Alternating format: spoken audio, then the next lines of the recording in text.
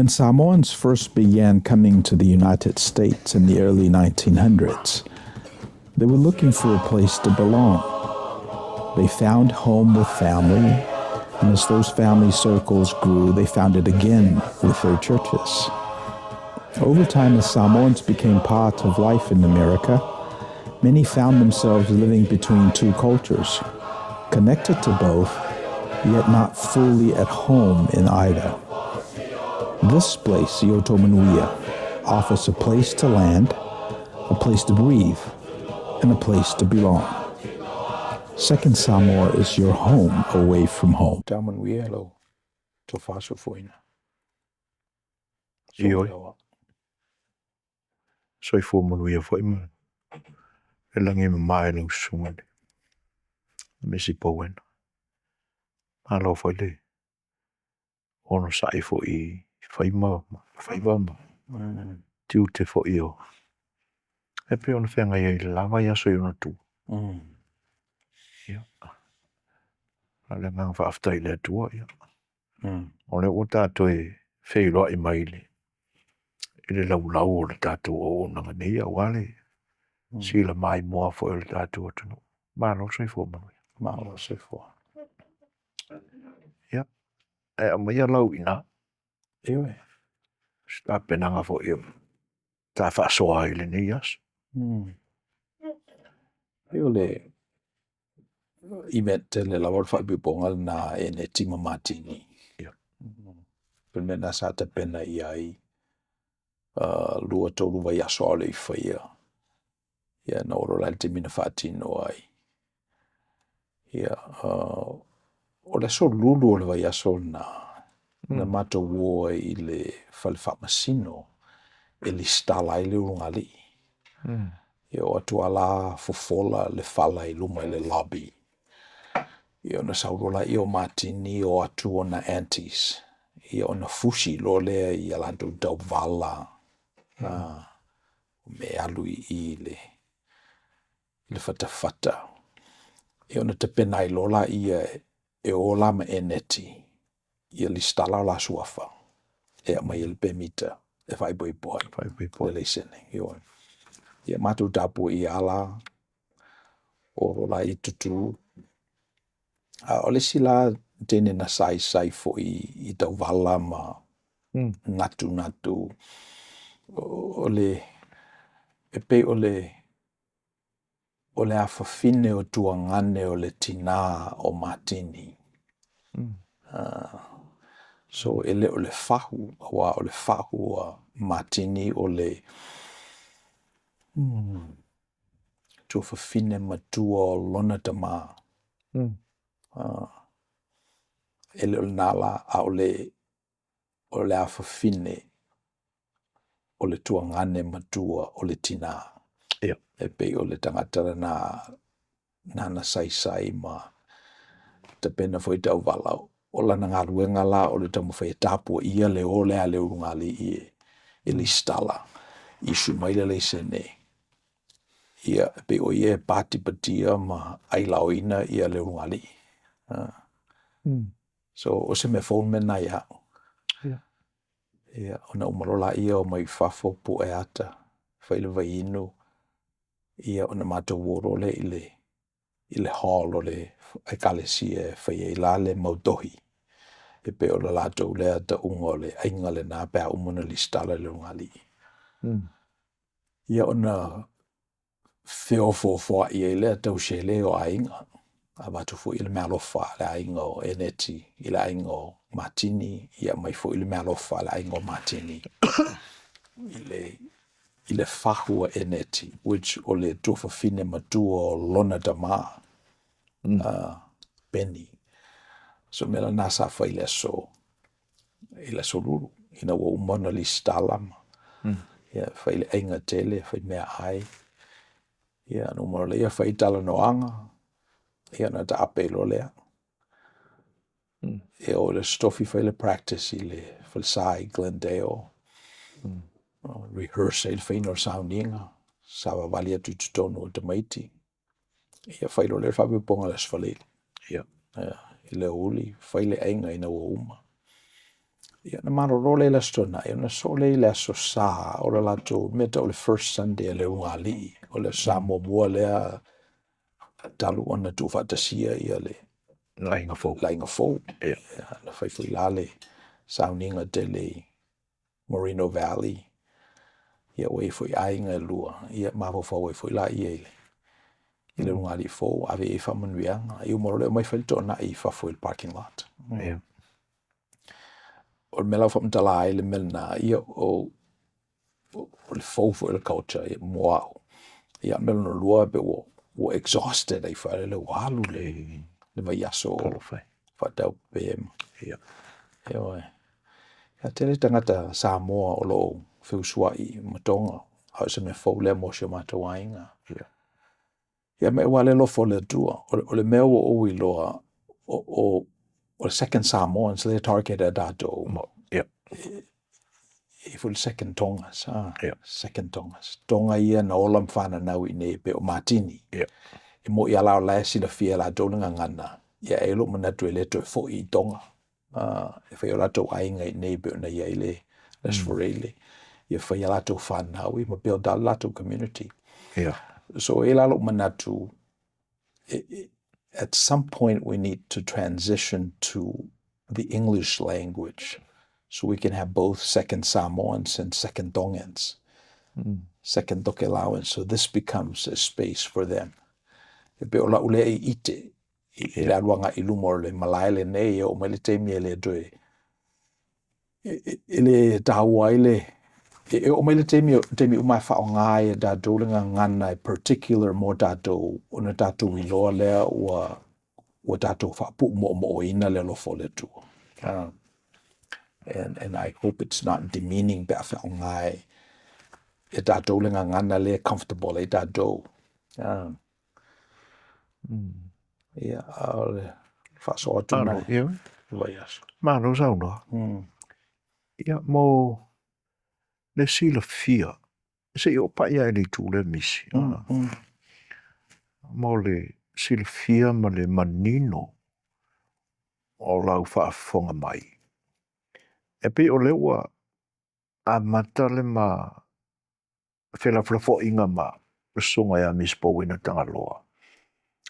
I le whae pui ponga a lo na halo te maitai e pe una iai le mai aso mamai. Whae pui pui atu la ia e neti o le suafa leo le te maitai fo mai. Le alo sunga ya mispo wina ma mareta tanga loa.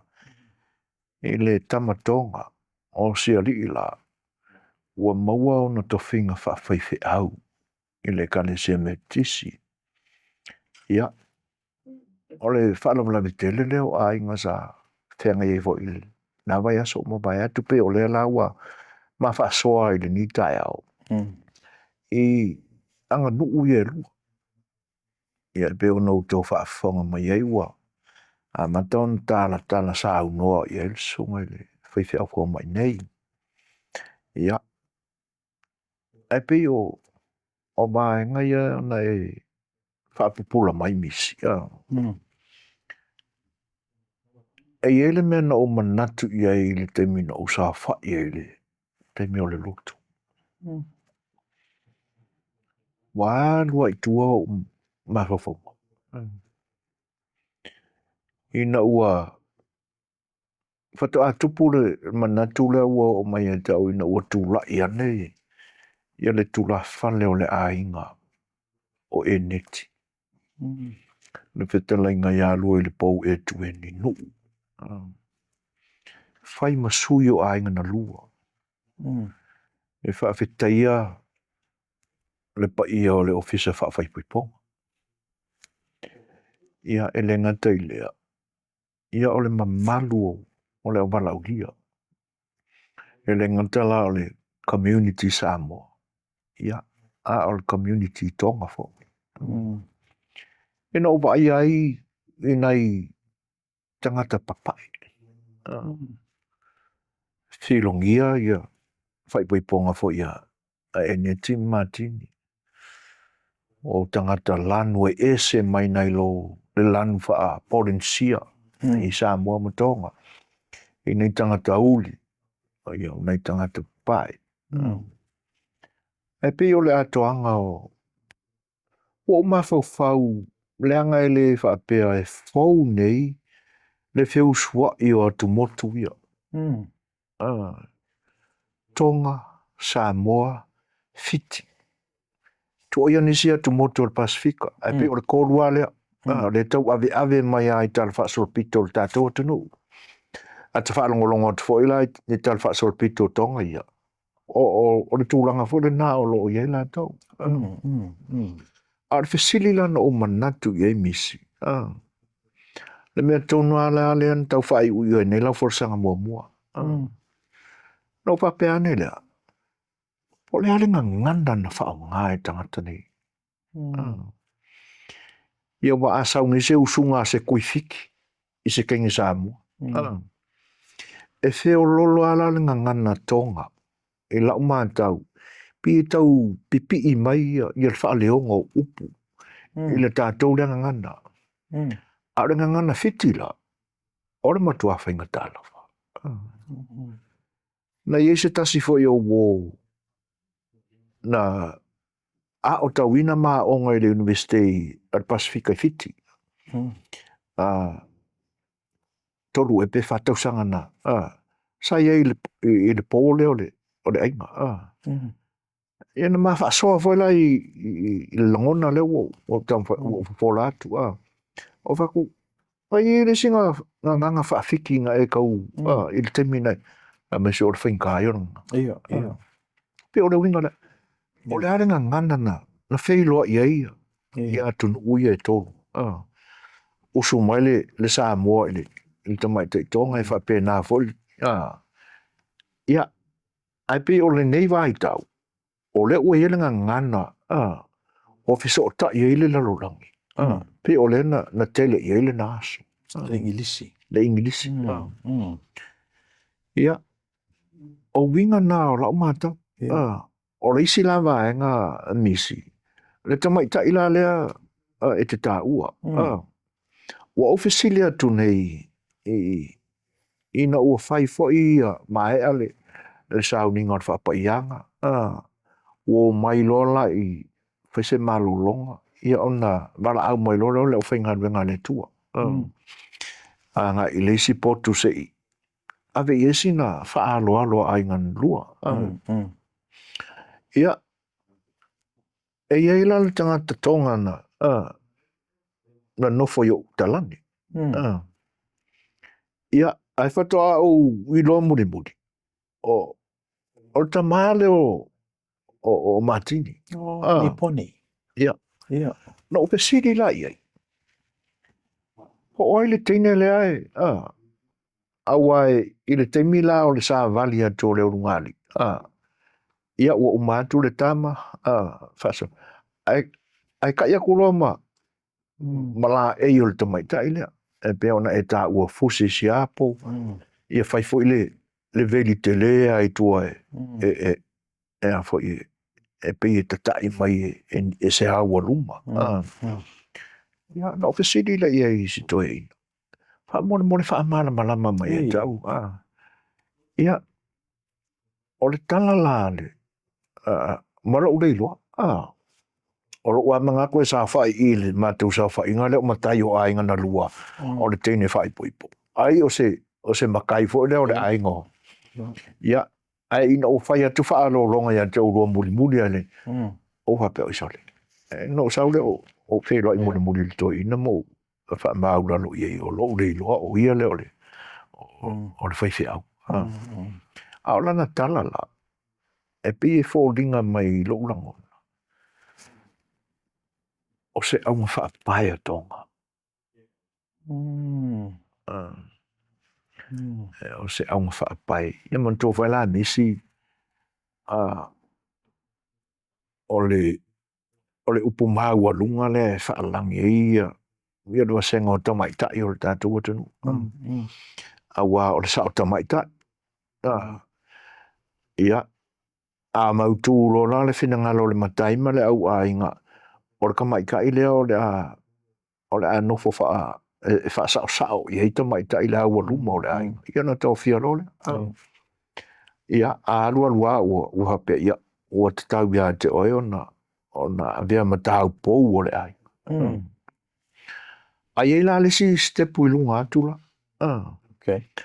Ona finangalo lo leo le ai. O le a faile le whaelonga alo ia mo le nuu ma le tumalo. E alo ia ele la tau pou. Ia. Ona whailo leo. E matua i whai a. E pe o le sao whai ale. Ale tangata o pale i le sao whai ngā matai. Ioi. Ia ona le to e sa ta mai ta ilo le to e tau pou. Au a whaalangi no le au whaapai. Au ma whaapai. Ioi.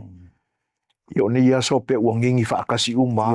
O le au whaapai sua whai nai te mai ta io se ainga. Ia al vai vaenga nā i langa nu. Mara wha Samoa. Sa o ta mai ta ianga i le tau pou. Okay. Au ma whaapai loa. O le au whaapai la. O se tangata ua tapa whaile sa whai. Tari tonga le nu. Ai pe o le wha amatala ina mai le nā i to ina. Le lau e o le a whawhine o le tuangane matua. O le tina o maatini. Le la o le au whaapai nei le la tu wawe. So it's a very interesting culture. I la umai tau e fofo i la utilo. Ia ona o beno double click lai le mafuanga e la iuna base i e whataua i a tina i le lato culture. Matriarchal. A whamele isi upuna o mawaina. Leanga e le mawhai ona one tamateine i a whanua. E le au la lato ownership i whanua.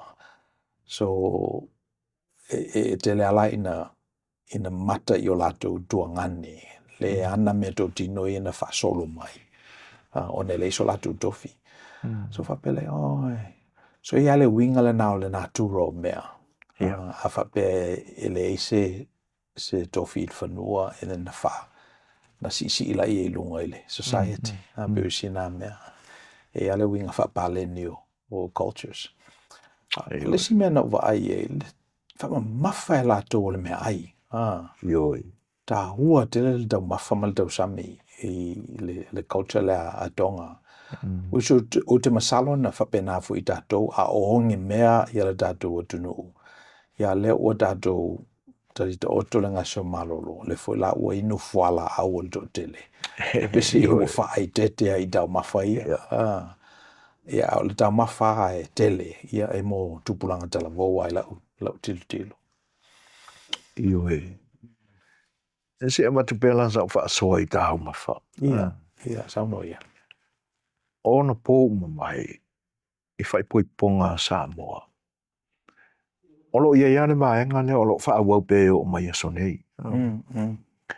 E pe e panu ua le mamafa o le avenga i le ainga o le tamaitai. E na ona e ia mea tōngia e tapena le ainga o le tama. A e pe o vaenga nei e mafua i ona o toi wha amanatu tūlanga le misi. O le whai pui ponga e whai i le nuu ma le ainga o le teine. Ioi. O lana e kalesia e whai i le whapaianga. O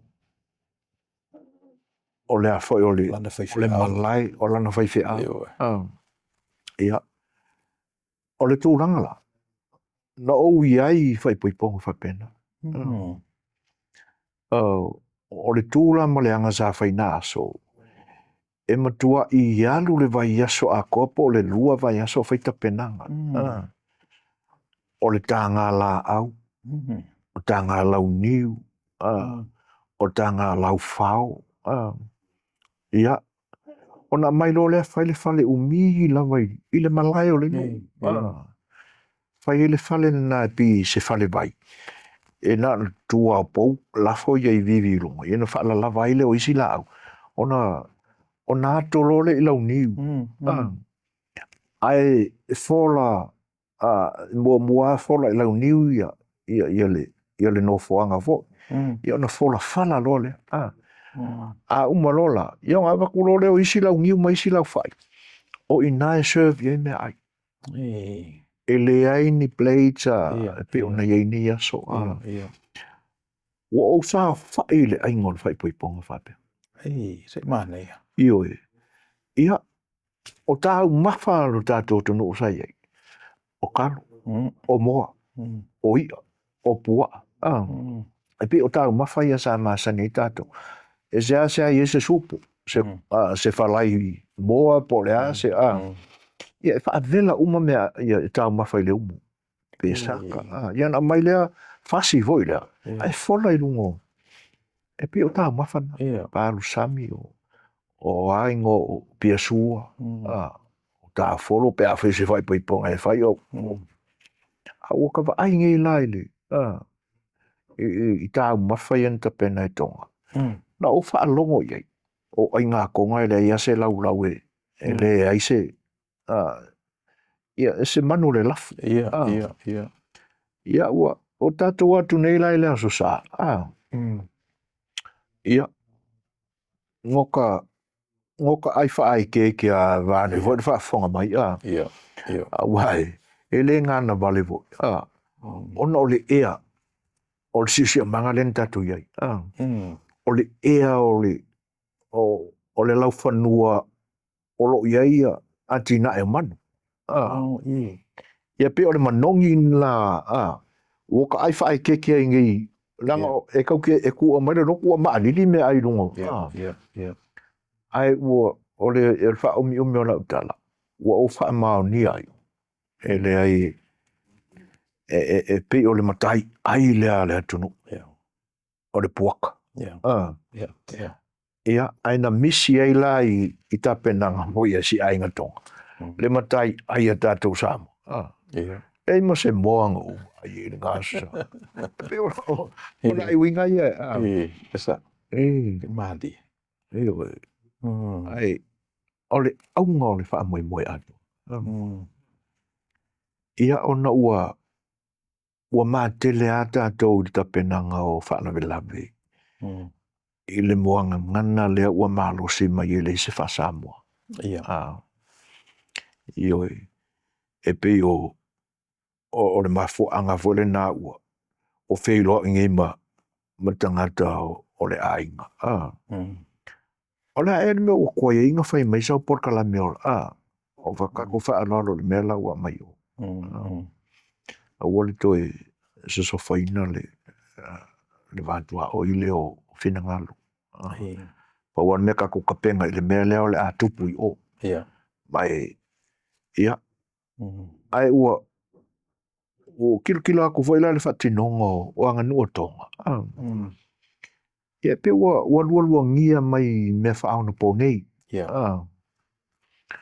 ia e wia wole va ia foi tatu fa alolonga masani o ta inga sua ma me fa pena ia no tulanga weile fa to fa la inga foi i lau songa mal fa tua i taina ne foi o matua o matini e anga iele a pe ole va inga le na o fea ole atua iai ia anga no ia pe a fe malo si me ale upule ole ale se fa samo o ne o wi lo nei e pe fa ngale me na si o i el tangata ai u le tango lima ma musu dinga ina e pe me na o lis fa samo e pe me na o wi lo nei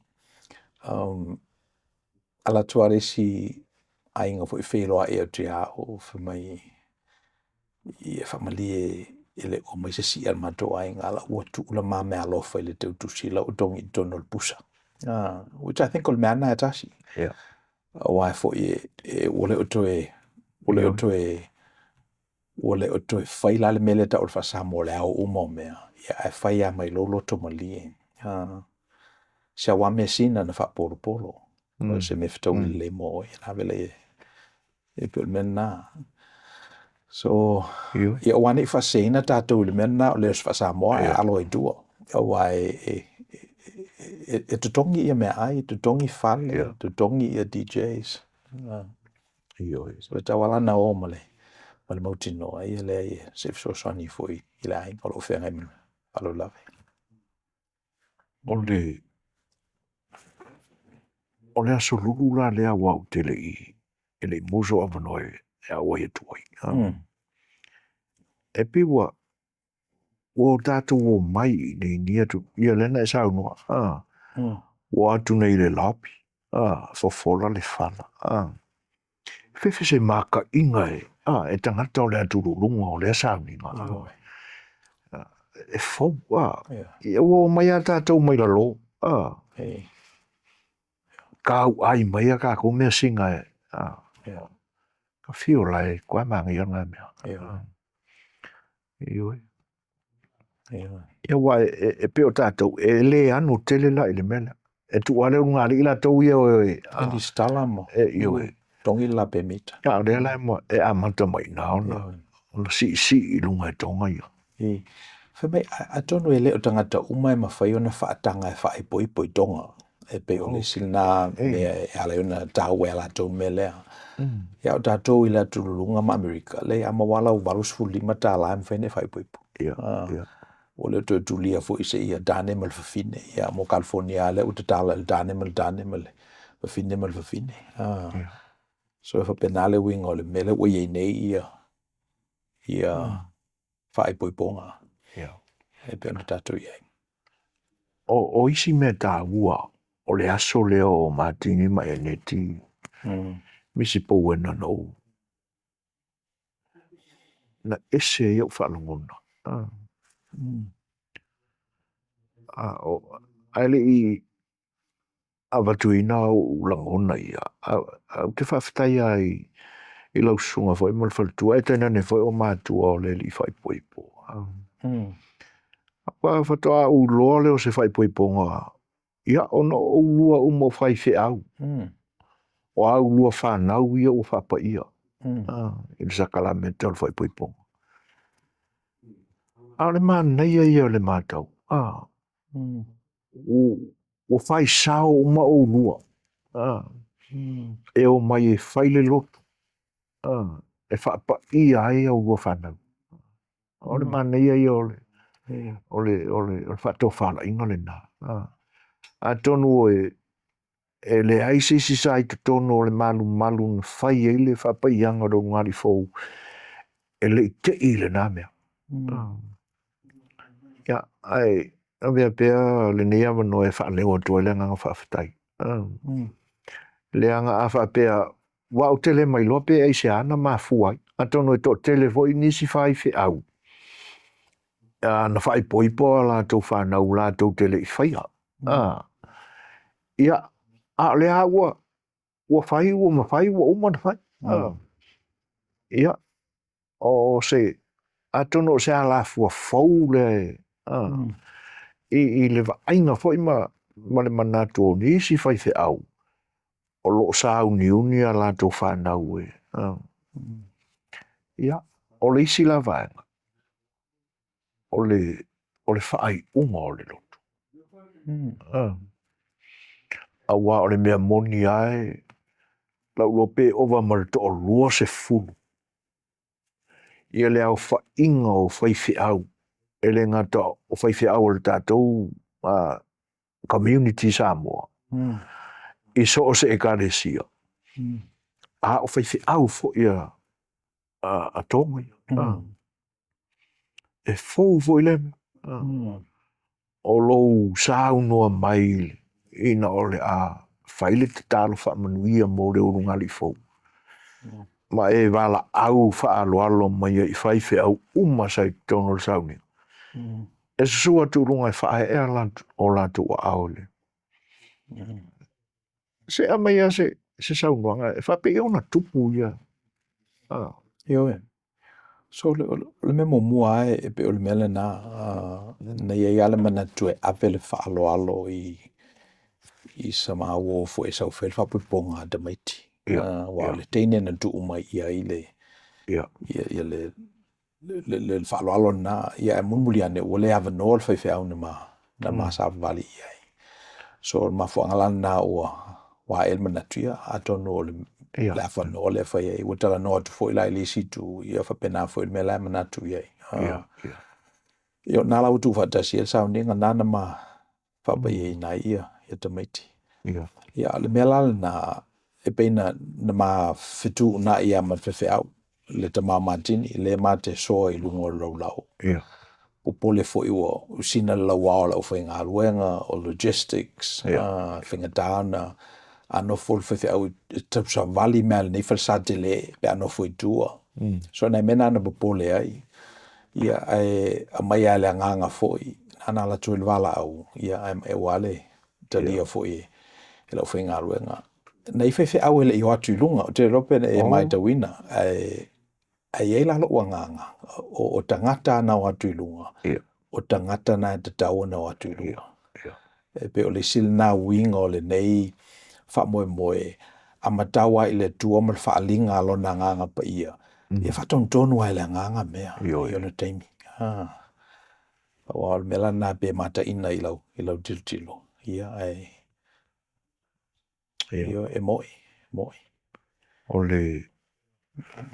le tā ua lea o le tufa inga o anganu i le aso e neti malana tani matini e le ngata o tūlanga ia mwhai fwena tatu ea mai wingo mea wingo o esa awai o aile i awai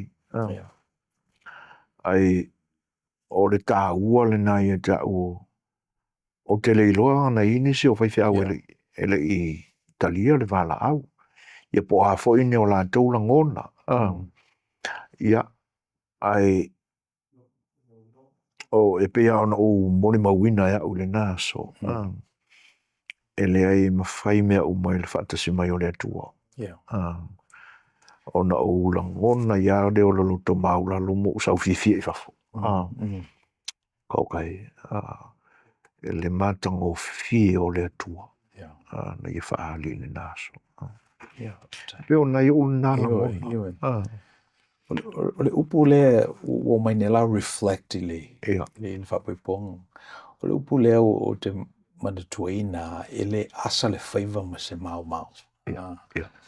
pe o le silal na mea mo isi whaipoiponga i luma fo wa a pela focus a tātou i mele lei mena tutupu ma me longona i tātou le e o le tua ia misela i tātou pe ale whaongaina le mele na o le sa ini foi po wheni mele i atotoa whainga o whaalolonga o mena mana ia le upule whai o tau e alo alu aso tau saunoanga a pe ia ai foi se me o le taulo lau tau sila whanga fo le tau tamali ia la foi fonga vatele esel mana i o mena a whai e le tangata le na manatu i le context a le atu lulunga they will see him as weak o ia le apologize mairi even though le uma me uma vai pe o mena te mana o lava ia preserve le value le na mo tatu tamaiti second Samoans tu sa pole ale le o se fai puponga tau le langi ai ele ia se faiva asa mau sa iliana i mea na pela mel na ele o mai uma fai au o falai fa lo longa ina fai ele ainga sa il te mina fai atu el matai pe se si o misi ala no fole le parte le Mexico ele malama ile tala le fai atu so nana misi ai so na moli na me tua o le ngala tala o lo walu i se mea manatu le na fa Samoa o ia i nei o ia nei tangata whataua fa au popoi fo alele i fa alia le nganga ia te oe e o no malo wiloa so fa popo tu nai e mana ia fa poiponga e ne timati asi le nga ole o pa i mai langona ia te o e ne te ele i o fa atasi mamatini te tono sa on fi auna au tau i nai mati i lo ula langona o le fa e o ao la fa ngalu ele ngantala o le fa manuia ina ia se alofani ia le ungali fouma tapu e le nganga o le atua le amataina o le la ai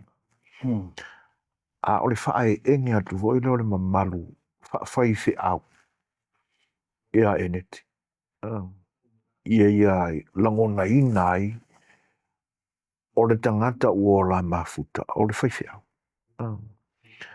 ai ta pena ai la lana tūra ia tu i tua o le whai se au ina ia le lei ai ona i whautua ina le whai se au mō le ngālua ngāne tu ia te aura ia ele o le isi le nā misi te liu a tonu ele i au fia i le ta ui lea o le au whae o le ta pena ina le nā o le soifua tautua wha le nganga o e ne tianga i le ngā luenga le tua le la andi e o le walau o mea sa tātou le ilo le na foa i le tua le nā so wā tili e ona tamau a inga i wha manuianga le aso e le ngata mō le ungali fo ia a oe fwe na mala au lia maa inga a wā ai e rikanga ka ngā rua kui o ngā le la koe maka peo konseti le alu ia ia ma va ai pe a mea ai o fai pui pong o misi ato ele i sa le wale te tau le wala au mo le tangata tā hua i o le aso ia o se lui fo i nā mo le second Samoan mo le second Tongan generation ina ia o lātou oto ina maini mea o ngā o le whai pui pong e mawhawhau i fo i lātou rumanai pe ao o le taimi ua te tau na whai ai. Iyo. O le sa mena i tua o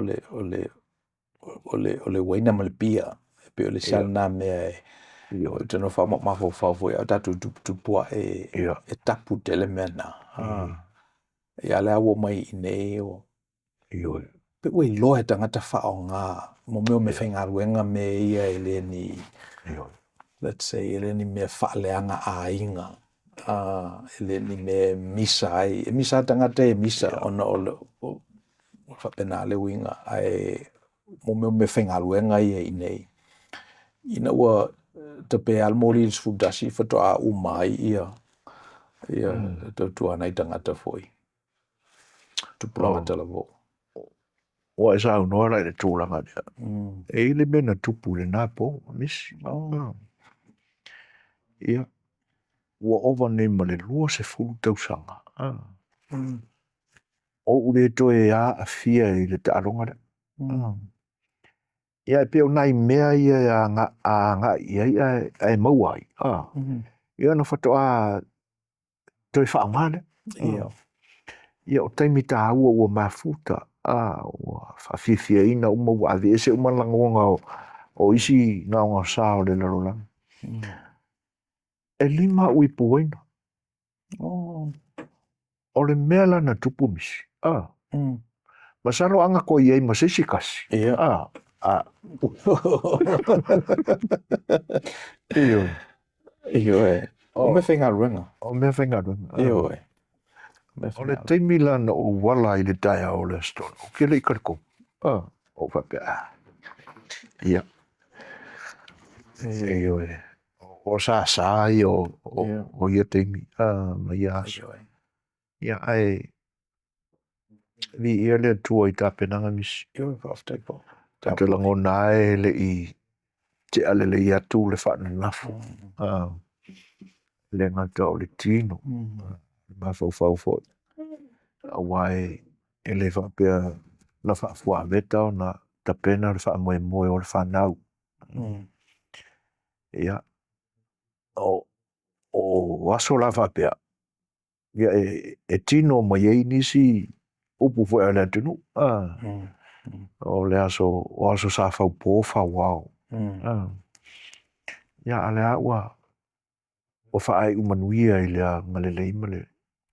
ma le auai o le alofa o le atua lea so e mo le atua i po le faamalo ma le faafetai foʻi i lausuga ma le faatua ia le agata foi lea o e na faatino ia le faamoemoe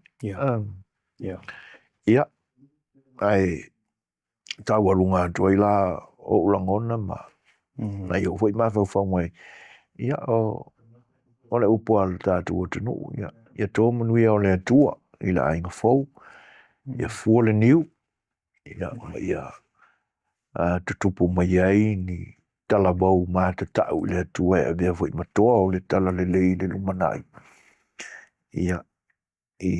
ia tatou fanau fetoa tatou molimauina faatasi le vaiaso o mamae ia lo la aiga fou